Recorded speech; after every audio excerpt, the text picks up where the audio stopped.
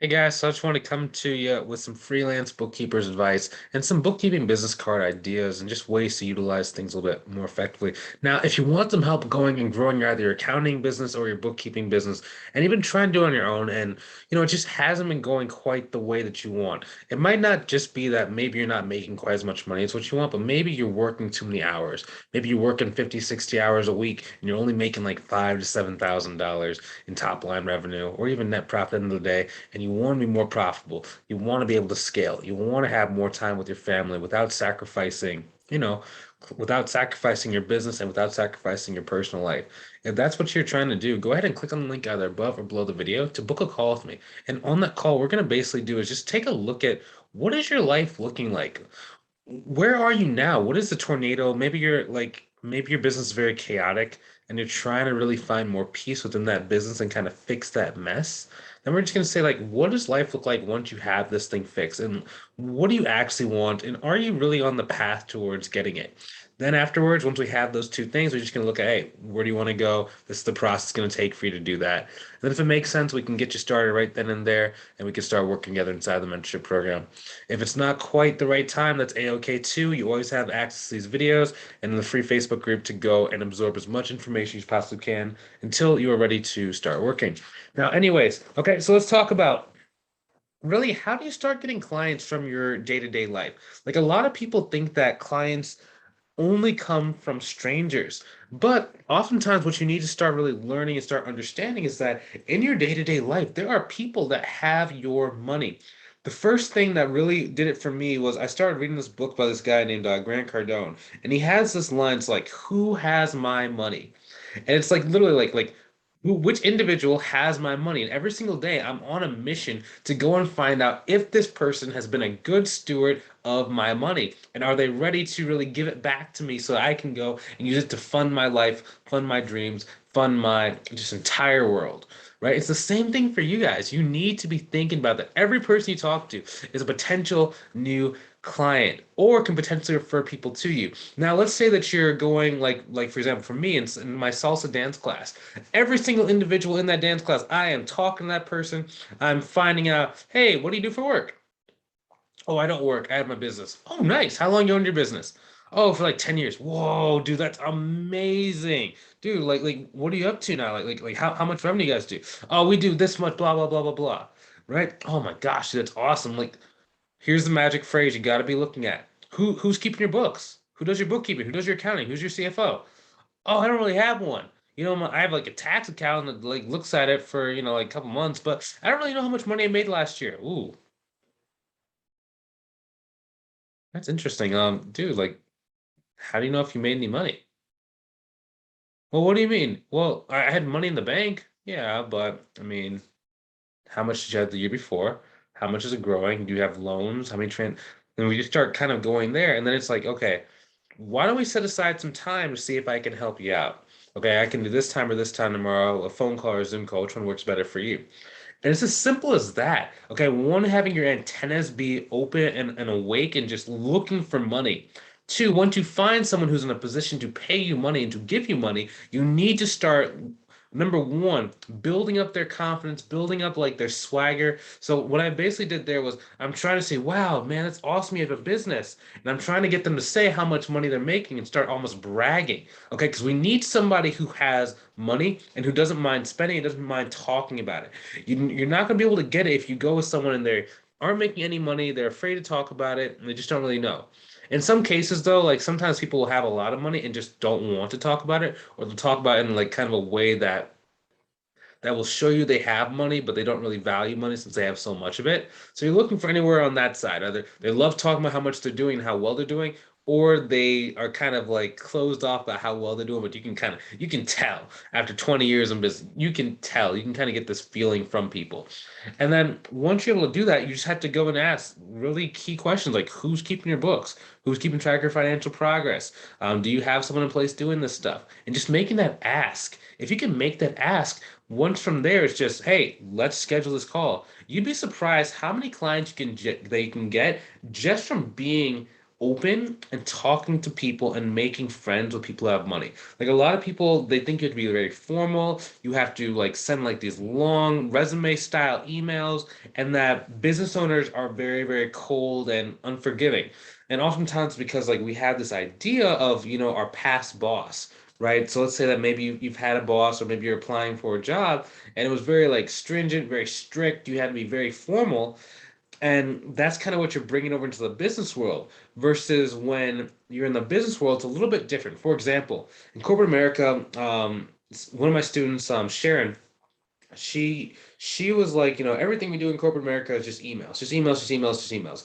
And whenever she would try and either email people inside of like her business, they just wouldn't respond. And then what I told her was, dude, like business owners don't really respond the same way they do in corporate America. Um, you got to be a little bit more aggressive. You got to hit them up on LinkedIn, hit them up on Facebook, call them, text them, do what you got to do in order to get the foot in the door. Even show up at their office unannounced. The way that I learned this actually was about like 7 years ago. Um, when I was first getting started, one of my old marketing mentors, he was saying, "Hey, so I got you a referral for your accounting business. This guy's looking for some help. Reach out to him." So he sent him an email.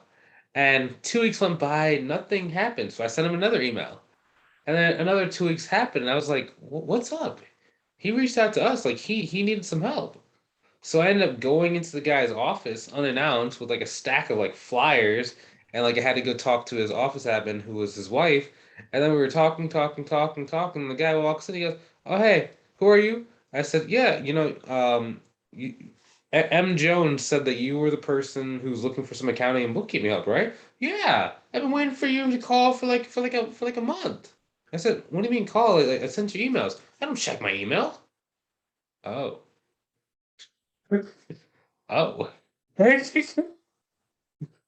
And it wasn't until I actually like I got in there, got in the guy's face that the deal moved forward. And it's just like things just move slightly differently when when you're in the business realm because people are just different. It's more about relationships, communications. Um, oftentimes you might hear like old time business owners are like, "Man, we used to do things on handshakes," and that's because like what they would do is they would just develop friendships with these people, and like they would literally become a part of each other's lives, and like their families would vacation together. They would spend time together. They would like be working. They'd be helping. Like they were so intertwined that by the time they actually started working, getting paid, it was basically a done deal. We're basically family, and it moves forward. It's the same way with you today. You got to be able to start developing these relationships, and it's very, very challenging for most people because when you're using either online methods or in this kind of time that we're in, that's very, very disconnected or very, very, it's starting to become more social again. But at the same time, a lot of people have forgotten how to be social, or they've gotten so used to being like reclusive and quiet that you really have to become a little bit better at doing these. And there's never been a better time to become more of like a magnet. Inside of my program, I'm coining this term called magnetism. And basically what I did is I basically combined notes from my experience as well as like my top students, the ones that are doing anywhere from like 20 to $40,000 a month inside of the program. And we're really finding these commonalities between us to see like what are the different things that are causing us to grow so much faster than the average person, and what are those little like slight edges that we can implement, we can teach to everybody to help them grow faster. And the reason why I'm even doing this, because like my students on average, they'll go anywhere from like 0 to about 10K per month, oftentimes between 3 to about 4 months it takes for the average of them. Now, what I want is I want for them to be able to go from 0 to about 20, 25K per month within 3 to 4 months. And I want to make sure that we can just start bottling this stuff up and start really noticing. And what that means for you is like, as you get inside the program, we're constantly improving. We're constantly making sure that you guys can grow and move faster. And it's been really, really, really interesting to see. We had like a community coaching call today where it was like, just some different people in the program. Like some people were just getting started versus some veterans of the program were all on the same call, just kind of interacting, seeing what opportunities were there.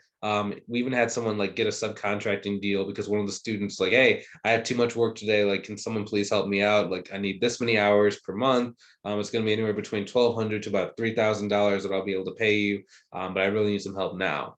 And that's been a kind of a cool fringe benefit of being a part of a community like this, is that as my students get bigger, the newer students are able to be pulled up kind of by their coattails, because the bigger students look to the younger or to the newer students to like subcontract out work. So it's like it's so cool to be able to do that. Now, going along with that, um, we're trying to make sure that we can bottle these things up so that you guys can start really moving. Because the difference between you making like $3,000 per month and you making more of like $12,000 to $15,000 per month is not very like significant. If you can get up to $3,000 per month and it wasn't luck, you'll be able to get up to about 10, 12, 15. It's just gonna be a matter of like your ambition, matter of you being able to kind of let go of some of the work and have like maybe a subcontractor come and like do some of the work for you. And then really just kind of just being consistent and like letting time do its work. Like that's really what we're noticing. As long as you're doing the right things over time, then you're able to grow your business. I was speaking to one of my students. Her name is Melissa, and she just joined the mastermind program. So she was in the regular program, then she just joined the mastermind version. And the reason why I gave her this kind of deal was, I was going to work with her until she's at least an extra $10,000 per month. And the reason why I was able to do that was because it was like, one I've worked with her in our existing program, and she made it from zero to about 5 grand per month within like 2 months. So then, in the mastermind, we're going to take her probably about anywhere between 10 to 15 over the course of the next 6 to 12 months. And the reason why I knew that we could do is because it's like she has all these deals kind of sitting inside of her pipe. So she has a deal for about 4 grand, and they're kind of waiting for when they get their next round of funding. She has another one for like $1,600 per month. And it's like you can kind of see all these different opportunities. So my job is just to go show her how to continue to stack more opportunities and build this wait list, so that around like March, April, May, June, when those other deals come through, she has enough volume inside the pipe so that she gets $20,000 per month worth of new clients. And that only comes from you being open and you being able to really start just networking and really learning how to communicate with people, right? Once someone has that skill set, if you can combine doing the accounting and bookkeeping work with being good at sales, with being open, that is like the holy trinity of this business. And that just makes everything really easy for you to kind of grow. And that's when you start seeing some of like the student testimonials and student recaps where the guys are like, yeah, I was at like 2,000 a month, or I was at zero. Now I'm at like 7 grand. It's only been like a month and a half. It's just because they just learned those three things, those three skill sets, and now they're able to just effortlessly grow. So I'm kind of gonna wrap up this video now. I'm just kind of just talking about what it takes to really make money. Now, if you want some help, you want to kind of avoid this learning curve that 99% of people get lost in along the way towards their goal.